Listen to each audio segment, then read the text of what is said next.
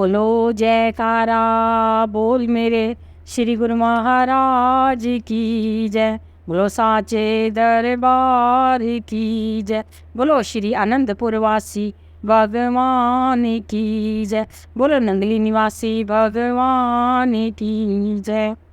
श्री वचनों में मानव जीवन के उद्देश्य को पाने की युक्ति समझा रहे थे और माया काल की गुत्थी सुलझा रहे थे। आपने विश्राम का ख्याल ना रखते हुए सब संगतों को पत्र पुष्प भेंट करने का अवसर दिया। प्रातः श्री मंदिर में श्री परमहंस महान विभूतियों के स्वरूप निज कर कमलों से सिंहासन पर विराजमान किए।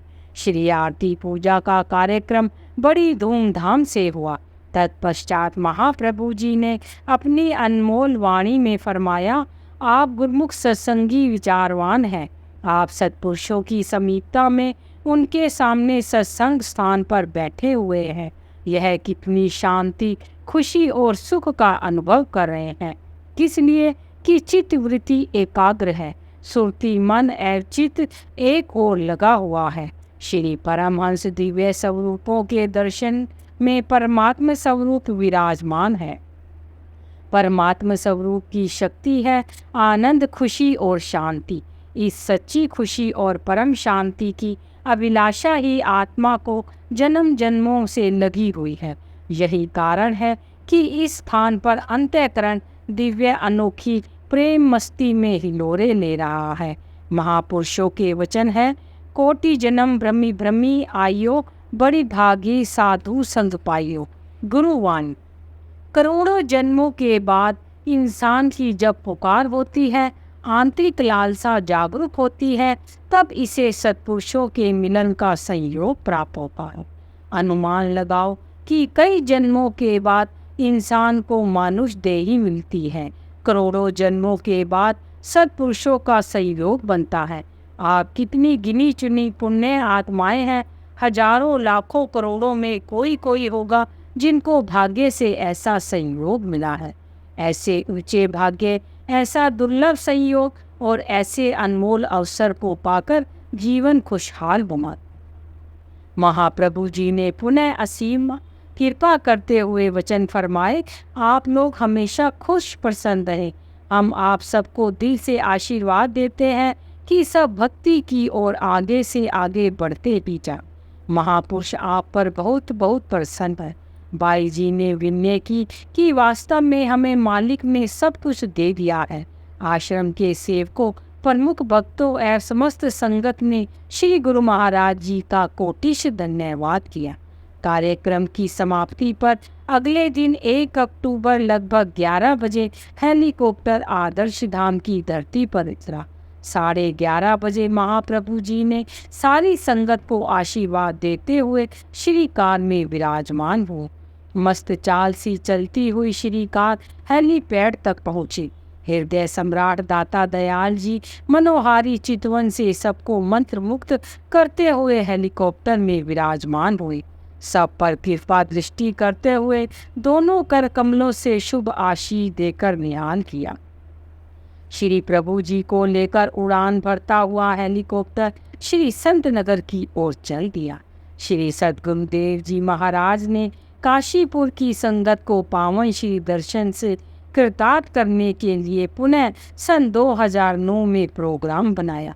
8 फरवरी सन 2009 को भक्त राम स्वरूप जी दिल्ली से हेलीकॉप्टर लेकर 6:30 बजे श्री आनंदपुर के शांतपुर चक पहुँचे। आपने 9 फरवरी को प्रातः श्री आरती पूजा के तुरंत पश्चात शांतपुर चक से हेलीकॉप्टर में विराजमान होकर ग्वालियर कृपा फरमाई। वहां से परमधाम आश्रम में कृपा कर प्रेमियों को कृतार्थ किया। 11 फरवरी को लगभग 11 बजे हेलीकॉप्टर में विराजमान होकर काशीपुर की ओर प्रस्थान किया। शुभ मुहूर्त शुभ वेला में भरकर ऊंची उड़ान काशीपुर की पुण्य धरा पर उतरा दिव्य विमान। खुशियां बहारे मस्त हवाएं झूमे धरा आसमान, बहारों ने किया अभिवंदन या प्राण प्रिय भगवान। प्राण प्रिय भगवान। सुगत एवं सुमंगल शुभ कामनाओं को लेकर विमान ने आकाश में उड़ान भरी। विमान के पंखों की तीव्र तेज हवा से पेड़ों के पत्ते भी आसमान की ओर ऐसे उड़े मानो वे भी आपके संग ही जाना चाहते हैं। आकाश मार्ग में ऐसा दिखाई देता था कि जैसे श्री प्रभु जी के संग संग फूलों की बौछारें खुशियों की बहारें लेकर पूरे मार्ग में स्वागत करती जा रही हो। काशीपुर में आदर्श धाम की भूमि पर बने हेलीपैड पर विमान उतरा। श्री प्रभु जी विमान से उतरकर सुसज्जित कार में विराजमान हुए। प्रेमी गुरमुखों ने खुशियों के उद्गार से आभार प्रकट करते हुए जयकारों के स्वर गुंजाते हुए सुस्वागत किया। महाप्रभु जी श्री मंदिर में मत्था टेककर पुनः सत्संग भवन में विराजमान हुए।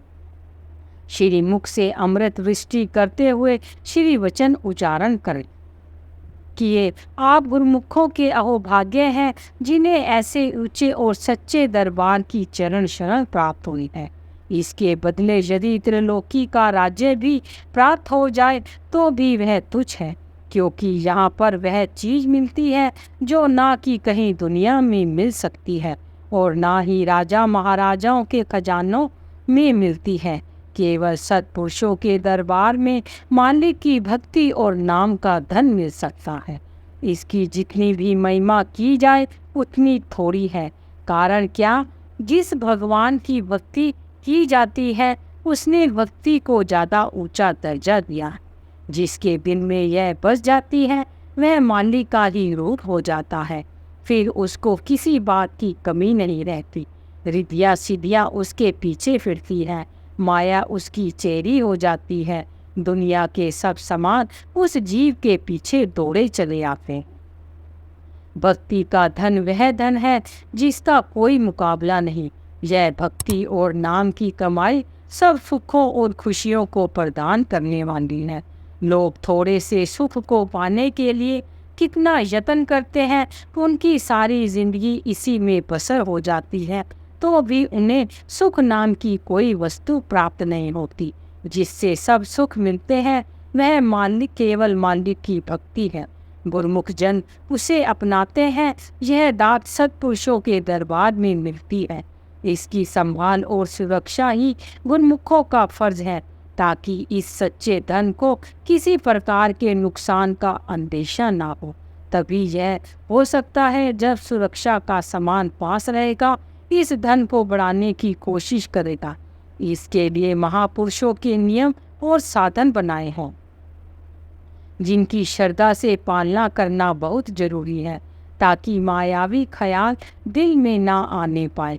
भक्ति धन की सुरक्षा का यह असूल है कि यदि गुरमुख आज्ञा के दायरे में रहेगा तो यह धन से सुरक्षित रहेगा। अगर आज्ञा का उल्लंघन कर जाएगा तो यह धन सुरक्षित नहीं रह सकता। गुरुमुखों का यह लक्ष्य है कि जीवन को पाकर सुख रूप हो जाना, इस जिंदगी में भक्ति प्राप्त करके जीवात्मा का कल्याण करना और अपनी संगति से दूसरों को भी सुखी बनाना। महापुरुषों की तरफ से उनका यह फर्ज है कि वे अपने लक्ष्य का पालन करते हुए भक्ति में दृढ़ रहे। इसी से महापुरुषों की मौज पूरी होती है और इसी में ही उनकी प्रसन्नता है। तत्पश्चात शास्त्रों की संख्या में गुरमुख प्रेमियों को पत्र पुष्प भेंट करने का सुअवसर प्रदान किया। आनंद तारीख झरनों का शीतल सुगंध प्रवाह आत्मिक प्यास गुजारा था। सभी श्री दर्शन कर श्री प्रभु जी के अनंत अनंत उपकारों का आभार प्रकट कर रहे थे। आप सबको शुभाशीष प्रदान करते हुए अपने कक्ष के बाहर पड़े पलंग पर विराजमान हो गए। श्री मौज अनुसार बाई भक्त कृष्णानंद जी तथा उनकी स्थायी सेविकाओं को बुलाकर प्रसन्न मुद्रा में फरमाया, बाई जी गुप्त और गूढ़ प्रेम से भरपूर है। हम भी उसी प्रेम के वशीभूत हुए यहाँ खींचे चले आते हैं। बाई जी ने विनय की, स्वामी जी ना मैं इतनी पढ़ी लिखी हूँ, ना ही मुझ में कोई गुण है, यह सब आपकी कृपा की ही देन है। पुनः श्री वचन हुए, प्रेम और भक्ति के सम्मुख सब ज्ञान तुच्छ है। यह एक विशेष गुण ही सभी विद्याओं का मूल है। अनुभवी जीवन के सत्संग का प्रभाव स्वयं में ही सूर्य के समान प्रकट होकर प्रभावित करता है। सेवकों को संबोधित करते हुए श्री वचन किए, गुरुमुख जन अत्यंत भाग्यशाली हैं जो हर समय सेवा, भक्ति और प्रेम के अथाह समुद्र में डुबकियां लगा रहे हैं। यही प्रेम ही आत्मिक आनंद और प्रभु मिलन का सर्वोत्तम साधन है। Love is God and God is love. बस ऐसे ही अपने रहबर की रहनुमाई में रहकर भक्ति की मस्ती में मस्त रहो। यह सब कुछ जो आपको प्राप्त हुआ है और हो रहा है, यह सब बाई जी की सत्संगति का प्रताप है। सबने दंडवत प्रणाम कर इस असीम उपकार का आभार प्रकट किया। आपने दूसरे दिन वहां से प्रस्थान करने का अपना प्रोग्राम भी बतला दिया। अगले दिन प्रातः ही आसमान पर बिजली चमकने लगी, बादल गरजने लगे, घनघोर घटाएं छा गई और बहुत तेज बरसात होने लगी।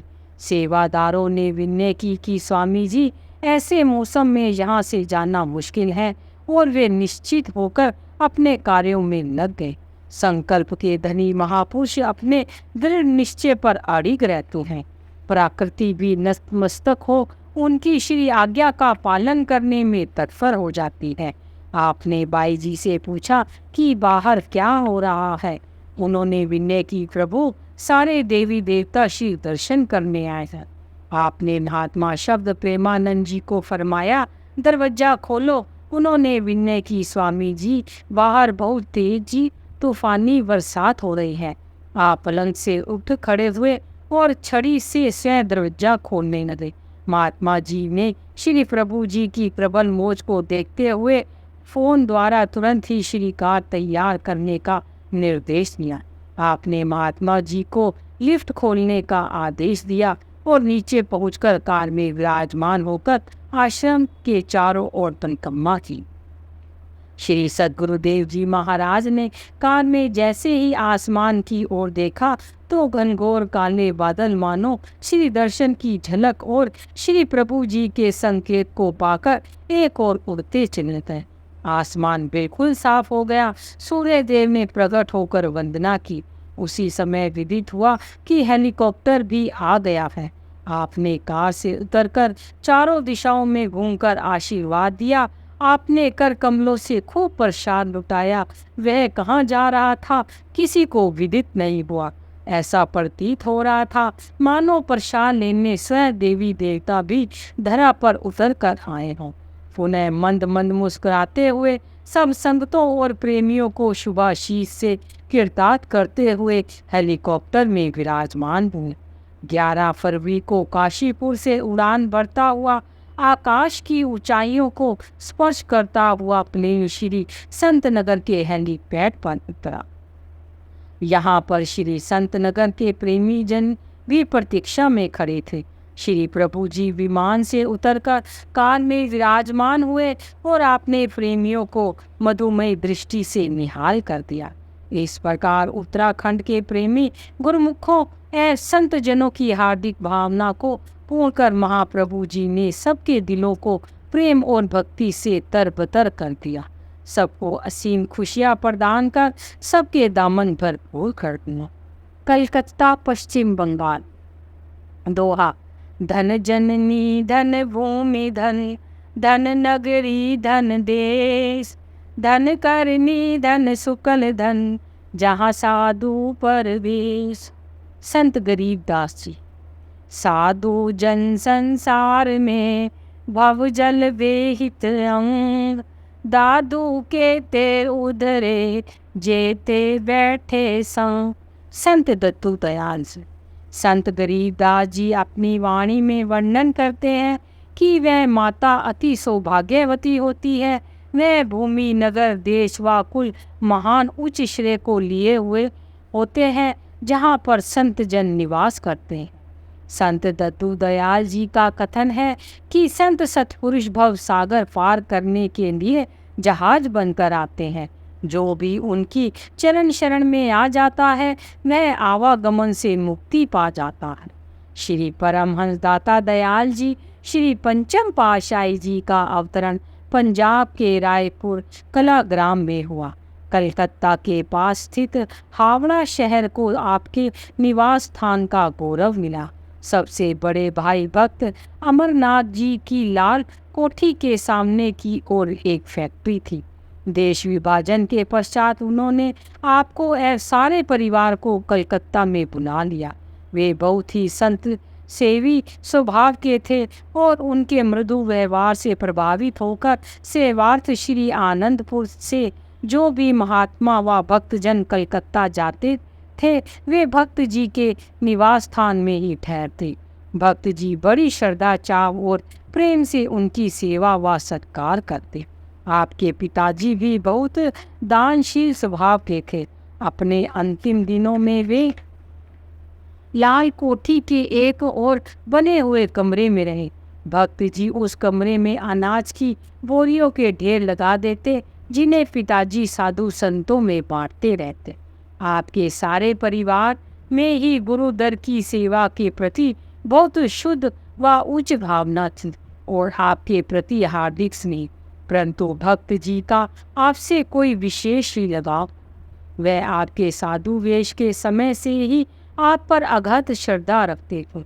भक्त जी श्री तृतीय पातशाही जी महाराज के श्री दर्शनों के लिए आते तो आपके प्रति रहस्यमय वचनों को सुनकर अंतः हृदय में विलक्षण आनंद की अनुभूति करते। यह उनकी अन्य भक्ति का स्वरूप दर्शाती है। महात्मा योग प्रकाशानंद जी व अन्य कई महात्मा व भक्तजन कलकत्ता में प्राय श्री दरबार की सेवार्थ जाया करते थे। एक बार उन्होंने श्री तृतीय पातशाही जी महाराज के चरणों में विनय की, प्रभु कलकत्ता में कोई आश्रम नहीं है, श्री प्रभु जी की मौज हो तो वहाँ एक आश्रम का निर्माण किया जाए। श्री सद्गुरुदेव जी महाराज ने मौजवश ये वचन फरमाए कि भक्त अमरनाथ जी का घर श्री आनंदपुर का आश्रम ही तो है जहाँ साधु संतों का आना जाना लगा रहता है। समय पाकर उनके ये वचन साकार हुए। सन 1970 में रूहानी सिंहासन पर विराजमान होने पर भक्त जी सचमुच ही आपके तेजोमय मुस्कान युक्त मनोहर मुखमंडल की आभा लिलक कर ब्रह्मानंद की अनुभूति करते। श्री सद्गुरुदाता दयाल जी की भी भक्त जी पर विशेष कृपा थी। अपने पावन वचनों में प्राय फरमाया करते कि भक्त जी नम्रता के प्रतीक हैं, सबको इनसे नम्रता सीखने की जरूरत है। उन्होंने परिवार सहित पावन श्री चरण कमलों में हावड़ा कृपा करने के लिए विनय की। आपने फरमाया कि समय आने पर अवश्य आएंगे, तब तक आप इन पर की फ्लोर तैयार करो। इनके दिल में दिन रात एक ही लगन समाई थी कि कब आप यहाँ श्री दर्शन देकर कृतार्थ करोगे। महापुरुष जहाँ जहाँ भी पग धरते हैं वहाँ खुशियों के समागम बन जाते हैं। हर दिन पर्व जैसा बन जाता है, आनंद के झरने प्रफुटित होने लगते हैं। ऐसे सुखद वातावरण में जो प्रवेश करता है उस पर सहज इसका अद्भुत प्रभाव पड़ जाता है और आप उसकी आत्मा आनंद के महासमुद्र को पाकर उसमें विलीन हुए बिना नहीं रह सकते। उस पर भक्ति का अनूठा रंग चढ़ जाता है। इसमें महापुरुषों के सानिध्य में आते ही जीव के सभी दुख गम स्वतः ही किनारा कर जाते हैं। आनंद का सर्वेश्वर पार ब्रह्म परमेश्वर श्री परमहंस दाता दयाल जी श्री पंचम पातशाही जी ने अपना अनामी लोक छोड़कर सर्व सुखदायिनी भक्ति के अखुट खजाने लुटाने के लिए, सच्ची हाट लगाने के लिए सन 1976 में सर्वप्रथम पूर्व देशों इंडोनेशिया, जकार्ता, सिंगापुर जाने का प्रोग्राम बनाया। वहाँ पर गुरुमुख प्रेमियों को भी श्री दर्शन की खुशखबरी मिली तो हृदयों में हर्षोल्लास की फुहारें बरसने लगी। सबने मिलकर महाप्रभु जी के आगमन के लिए गुलदस्ते और फूलों की लड़ियों से भवन को ऐसे सजाया मानो उद्यानों में पुष्प चल चल कर यहाँ पहुँचने के लिए ललाई थे। आपने उस माया नगरी में रहते हुए गुरमुखों के दिल में भक्ति भावना की प्रफुटित पौधा देखकर प्रसन्न मुद्रा में प्रवचन फरमाए। श्री दर्शन सत्संग का अम्य पाकर इस धरती ने अपने भाग्य जगाए। इसका पूर्व विवरण विदेश यात्रा में दिया गया है।